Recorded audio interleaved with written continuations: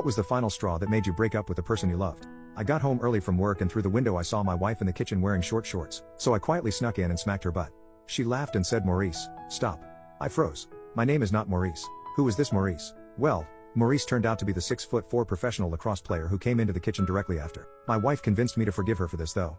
Well, about a year later I came home from a work trip one day early to surprise her with flowers, but when I walked in she was tied up in bed with Maurice standing over her wearing my leather jacket.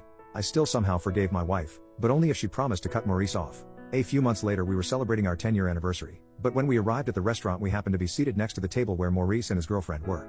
My wife wouldn't stop flirting with them the whole dinner, and when I got frustrated at her she told me to relax because she did cut him off.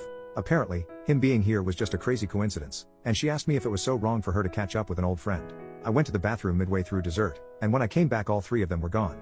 My wife came home the next morning with rope imprints on her wrists and ankles. That was my final straw. I finally divorced her. Last I heard her and Maurice are in a poly relationship.